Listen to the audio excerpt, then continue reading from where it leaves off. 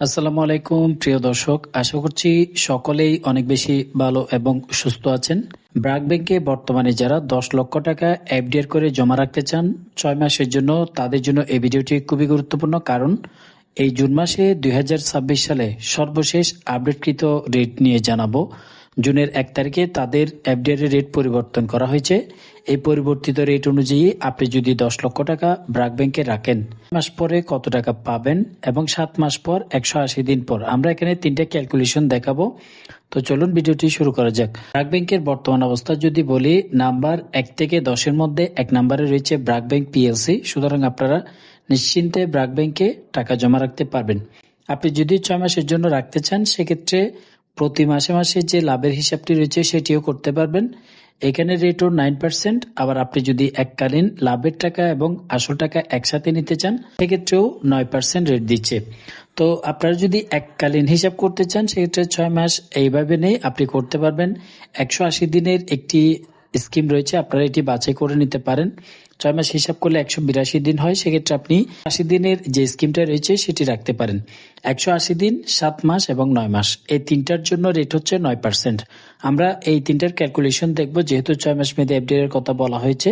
সুতরাং 180 দিন পরে কত টাকা পাবেন, 7 মাস পরে কত পাবেন, 9 মাস পরে কত টাকা আপনারা সর্বমোট লাভ পাবেন, এই হিসাবগুলো দেখবে এবং কত টাকা ট্যাক্স কেটে নেওয়া হবে। তো চলুন প্রথমত 180 দিনের হিসাবটা দেখে নিই। 10 লক্ষ টাকা আপনি 180 দিনের এফডিআর করলে 9% যে লাভের হার দিবে, সেই অনুযায়ী আপনি সর্বমোট লাভ পাবেন 180 দিন পরে 45,000 টাকা।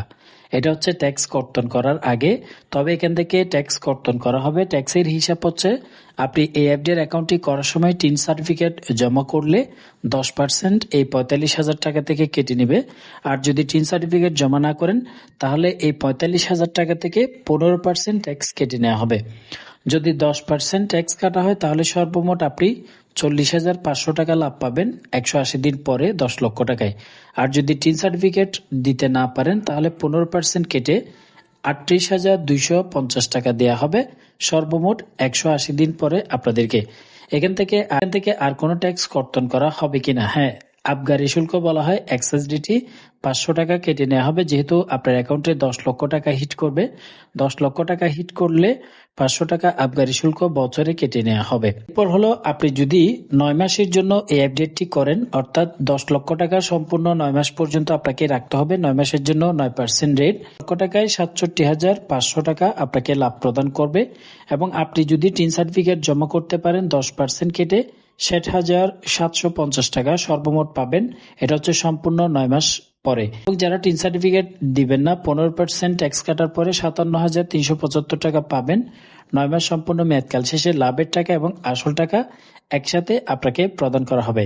এরপর হচ্ছে 7 মাস মেয়াদী এফডিআর করলে, আপনি 10 লক্ষ টাকা যদি 7 মাস মেয়াদী এফডিআর করেন, তাও 9%, সেক্ষেত্রে 7 মাসে আপনি লাভ পাচ্ছেন 52,500 টাকা। এবং যাদের টিন সার্টিফিকেট থাকবে, তারা পাবেন 10% কেটে 47,250 টাকা। আর যারা টিন দিতে পারবেন না, আপনার এই লাভের টাকা থেকে 15% ট্যাক্স কেটে 44,625 টাকা আপনাদেরকে লাভ প্রদান করা হবে। এবং আপনি যদি 6 মাসের জন্য প্রতি মাসে মাসে লাভ নিতে চান, সেটিও করতে পারবেন, তাও 9%। তো আপনি যদি অন্য কোনো ফিক্সড ডিপোজিটের যে রেট সেটি যদি জানতে চান, কারণ এখানে ব্র্যাক ব্যাংকে বিভিন্ন স্কিমের বিভিন্ন মেয়াদে রয়েছে, যেমন 365 দিনের রয়েছে, চাইলে 1 বছর মেয়াদি রয়েছে, 2 বছর মেয়াদি রয়েছে, 3 বছর মেয়াদিও রয়েছে, অথবা 3 মাস মেয়াদিও এফডিআর এর রেট রয়েছে। সেক্ষেত্রে ব্র্যাক ব্যাংকের কোন বিষয়টি আপনি জানতে চান, সেটি অবশ্যই কমেন্ট বক্সে জানাবেন। এছাড়াও প্রাইস বন্ড, সঞ্চয়পত্র এবং ব্যাংক রিলেটেড যে কোনো তথ্য জানার জন্য চ্যানেলটি সাবস্ক্রাইব করে বেল বাটন অল করে রাখবেন। ধন্যবাদ সবাইকে।